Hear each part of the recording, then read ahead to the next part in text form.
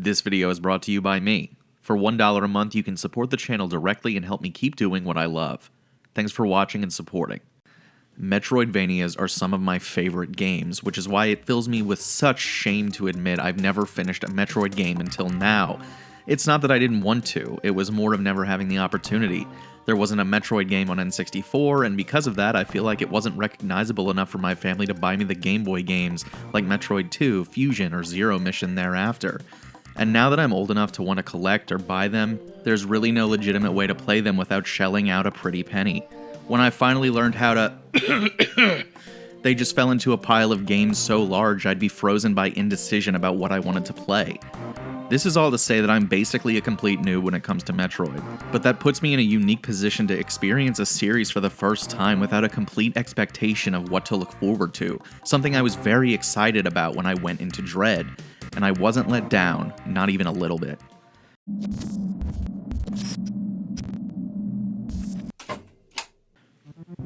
Games that take inspiration from Metroid are a dime a dozen these days, meaning the ones that stand out have to be special and go above and beyond what it lifts from the series.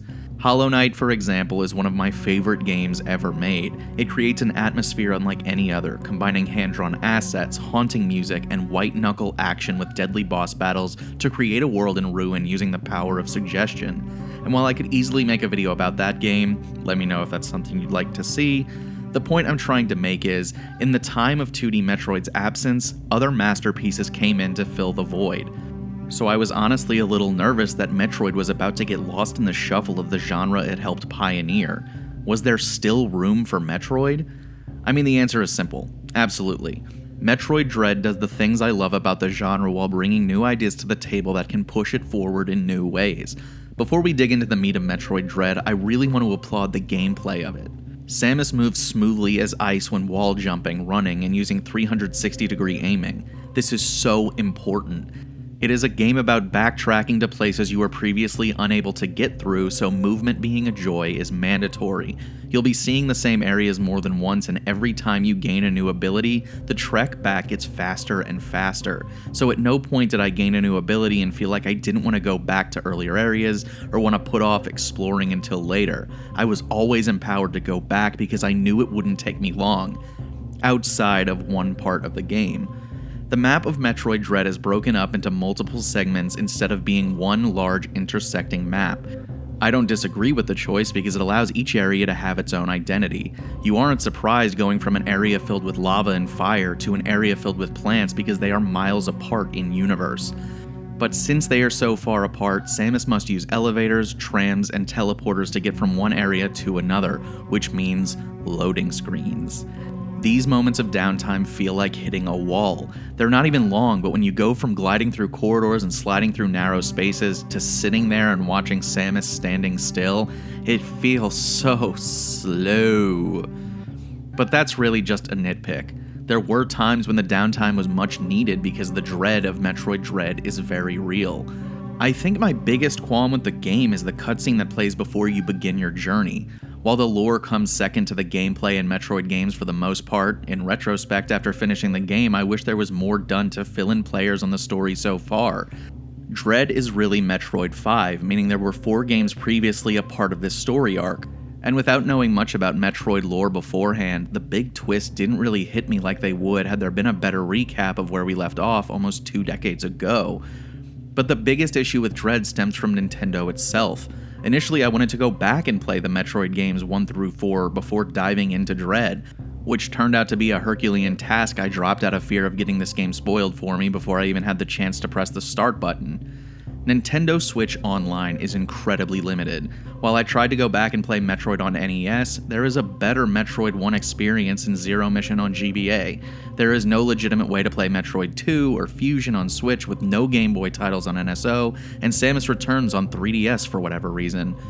So if you wanted to play the series to prepare for this shiny new game, you're left with a few crappy options. A, you can go back to your 3DS or Wii U and buy the games digitally, but only as long as you do it before the eShops close on these systems in 2022. B, you pay a steep amount of money for loose cartridges on eBay totaling around $200 USD on the conservative side of estimations. Or C, you can lastly go with the most accessible route of emulating these games on your device of choice. While I'm not advocating for any of these methods, as all three have downsides and upsides, I would caution against paying for all of these games at top price. The retro game bubble is going to burst at some point, and you could find yourself overpaying for a lot of these games that don't have the staying power they do now. Look what happened to NES games. Just don't put yourself in a financially straining position to play these games. Do what's best for you in the long run. So where is Samus now leading into Dread? I'll try to be as brief as possible, especially since I'm not the ideal teacher for this.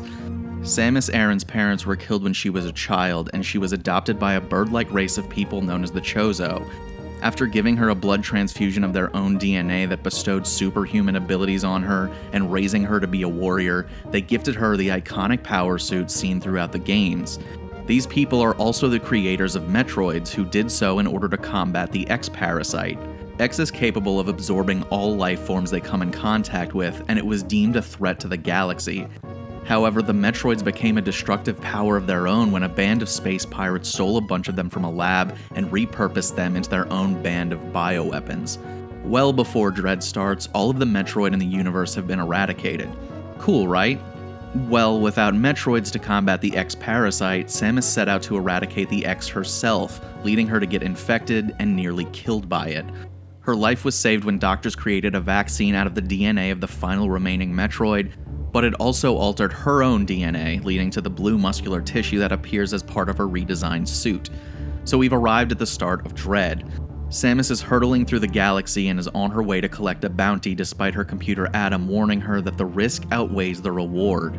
Upon landing on the deserted planet ZDR, Samus faces off against a mysterious Chozo warrior who knocks her unconscious. She wakes up completely alone deep below the surface of the planet with little access to her ship's computer without any sort of information on how to get back. The map opens and shows you just how far you are from your ship, hinting at how far you have to go to escape. Without a consistent way to get information, Samus has no choice but to move along in silence, oblivious to the dangers that lie before her. Have you ever been camping and you find a trail forged by other brave hikers? You set off on it to find what they found, but the deeper you go into the woods, the weaker the trail gets until you realize you've just been walking without a clear path for an unknown amount of time. The trees in every direction look exactly the same.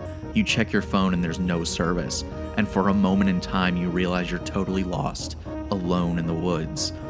When you start Metroid Dread, that same feeling never lets up. As you traverse this fallen society and see how nature has reclaimed certain areas, you feel this fear of what happened here. I think one underrated aspect of this game not many people are talking about is Samus' subtle emotions. It's easy to forget there is a person inside of the armored exterior. While we only see the Zero suit when Samus dies, her eyes convey calm or fear in different situations. While we see Samus outright kick ass when she conquers bosses, her eyes show how powerless she can feel in many situations. The consistent fear and dread builds when encountering the Emmy, these robotic hunters that chase Samus down to literally kill her without a second thought. They're only robots after all, and their limitations prove to be their downfall, something Samus learns how to take advantage of. They are only programmed to monitor specific spaces in the world. These areas are marked by special doors so you know when you're about to face them down. When you walk into the Emmy zones, a camera film grain covers the screen, reminiscent of a 90s slasher flick on VHS, creating a relevant tone for the challenge.